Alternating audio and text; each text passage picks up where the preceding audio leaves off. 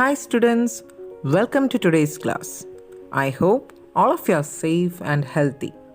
So students, in the previous class we started the third chapter, Kerala, the land, the rain and the people. In that we discussed about the essential factors required for the cultivation and a comparison between the agricultural conditions of Kerala and Tamil Nadu based on the factors like major soil types and availability of water. Today, we will learn about the physiographic diversity and agriculture in Kerala. You have learned in the 5th class that Kerala can be physiographically divided into 3 based on the altitude. Do you remember it? Yes, the Highland, the Midland and the Lowland. The crops cultivated in each of these physiographic units have certain peculiar features. Our physiography is suitable for the cultivation of a variety of crops. First, we will start from the highland. Highland is the area with an elevation of over 75 meters from the sea level. All our rivers originate from this physiographic unit composed of lofty mountains and hills. Most of this region is covered with forest. The highland region of Kerala is part of the Western Ghat mountain ranges, which extended from Tamil Nadu in the south to Gujarat in the north. Rain, mist and cool weather prevail in our eastern highlands. This region is part of the Sahyadri ranges lying well above the sea level. The climate in the highland is favorable for the growth of tea, coffee and spice crops like cardamom, pepper, ginger and turmeric.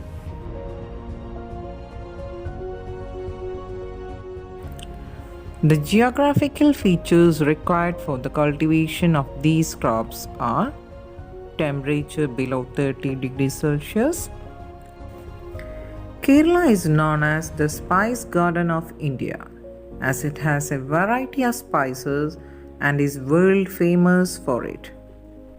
In the previous chapter also we learned that it is the fame of the spice crops that made Kerala the favorite destination of foreigners.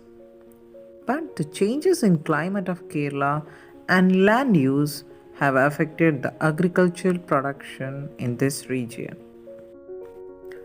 Next we will discuss about the Midland. The Midland includes areas lying between an elevation of 7.5 meters and 75 meters above the sea level. The Midland zones consist of small hills, valleys and river basins. The Midland is sandwiched between the Lowland and the Highland. This region in Kerala is characterized by the most diverse crops, cereals, vegetables, tuber crops, etc. are part of this. The favorable geographical factors for the crop diversity in the Midland region are abundant rainfall, moderately thick layers of alluvial soil in the river basins, and laterite soil along the hilly tracts. This region is suitable for the cultivation of rubber, which is a chief commercial crop of Kerala. Extensive cultivation of rubber in this region began in the first quarter of the 20th century. Till then, the region was largely devoted to the cultivation of tubers like tapioca, yam, elephant foot yam, and vegetables. Plantain cultivation was also prominent. But the crop diversity in the Midland is fast giving way to rubber. Even small land holdings are now used for rubber cultivation. Farmers are turning to rubber cultivation instead of traditional crops. What could be the reason for it? The reason is, once planted, the rubber crop has the merit of long-lasting yield. It does not need constant care and irrigation. Moreover, the physiography of Kerala is suitable for rubber cultivation. Do you know who introduced this rubber crop in India? It's John Joseph Murphy. This Irish man is considered as the father of rubber cultivation in India. He started cultivating rubber on the banks of the Periyar near Alua in 1902. Mr. Murphy was not merely a planter. Apart from arranging pensionary benefits for the laborers, he built places of worship and schools for the villagers. Next one is the lowland. The lowland is the area that has an elevation up to 7.5 meters from the sea level. Generally, this is a sandy track. The lowland lies close to sea level. The major crops cultivated here are the paddy and coconut trees.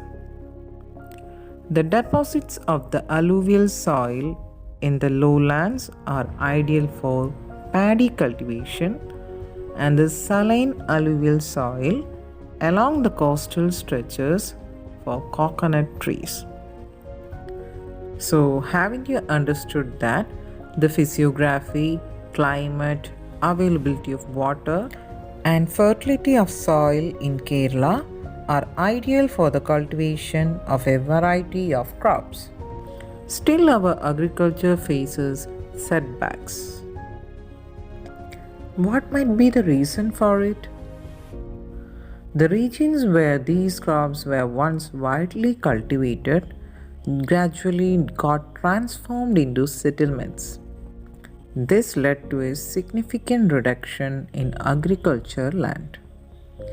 The hike in the price of seeds, fertilizers, and the cost of labor made agriculture less profitable. As a result, the farmers were forced to switch to other sectors of employment. So, students, today we discussed that Kerala can be physiographically divided into Highland, Midland, and Lowland based on the altitude. Then, the diverse crops are cultivated in each of these physiographic units, and also the geographical factors required for the cultivation of different crops. So students, I hope all of you understood what we discussed in today's section. That's all for today. We'll meet you in the next class with the continuation of this chapter. Thank you.